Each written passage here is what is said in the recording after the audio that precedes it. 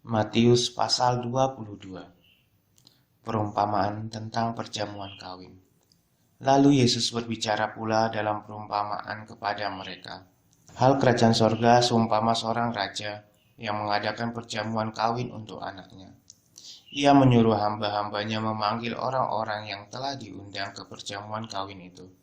Tetapi orang-orang itu tidak mau datang.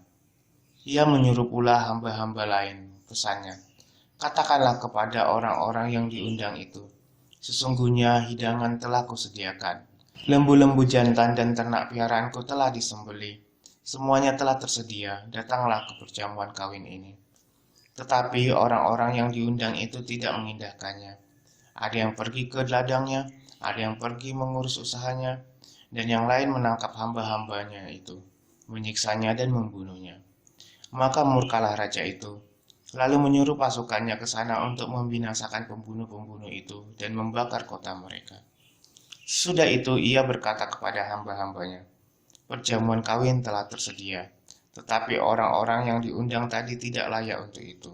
Sebab itu, pergilah ke persimpangan-persimpangan jalan, dan undanglah setiap orang yang kamu jumpai di sana ke perjamuan kawin itu.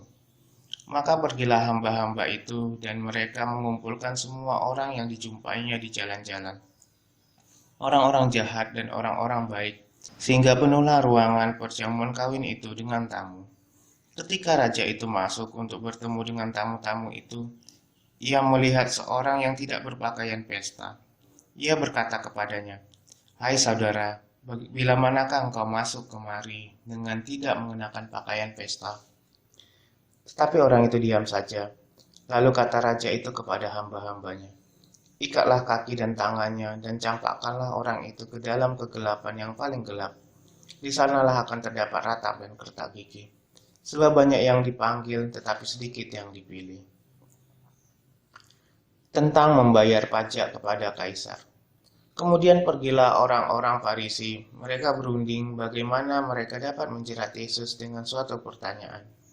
Mereka menyuruh murid-murid mereka bersama-sama orang-orang Herodian bertanya kepadanya, Guru, kami tahu, engkau adalah seorang yang jujur dan dengan jujur mengajar jalan Allah dan engkau tidak takut kepada siapapun juga. Sebab engkau tidak mencari muka. Katakanlah kepada kami pendapatmu. Apakah diperbolehkan membayar pajak kepada kaisar atau tidak? Tetapi Yesus mengetahui kejahatan hati mereka itu, lalu berkata, mengapa kamu mencobai aku, hai orang-orang munafik? Tunjukkanlah kepadaku mata uang untuk pajak itu.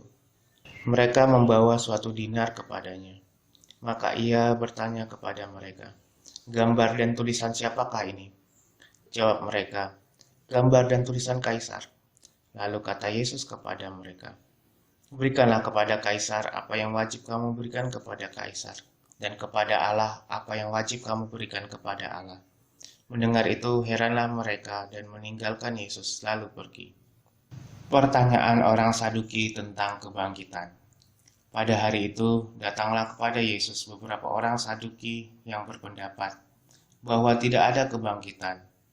Mereka bertanya kepadanya, Guru, Musa mengatakan bahwa jika seorang mati dengan tiada meninggalkan anak, saudaranya harus kawin dengan istrinya itu dan membangkitkan keturunan bagi saudaranya itu. Tetapi di antara kami ada 7 orang bersaudara. Yang pertama kawin, tetapi kemudian mati. Dan karena ia tidak mempunyai keturunan, ia meninggalkan istrinya itu bagi saudaranya. Demikian juga yang kedua dan yang ketiga sampai dengan yang ketujuh. Dan akhirnya sesudah mereka semua, perempuan itu pun mati. Siapakah di antara ketujuh orang itu yang menjadi suami perempuan itu pada hari kebangkitan? Sebab mereka semua telah beristrikan dia. Yesus menjawab mereka, kamu sesat, sebab kamu tidak mengerti kitab suci maupun kuasa Allah. Karena pada waktu kebangkitan orang tidak kawin dan tidak dikawinkan, melainkan hidup seperti malaikat di surga. Tetapi tentang kebangkitan orang-orang mati, tidakkah kamu baca apa yang difirmankan Allah ketika ia bersabda, Akulah Allah Abraham, Allah Ishak dan Allah Yakub. Ia bukanlah Allah orang mati, melainkan Allah orang hidup.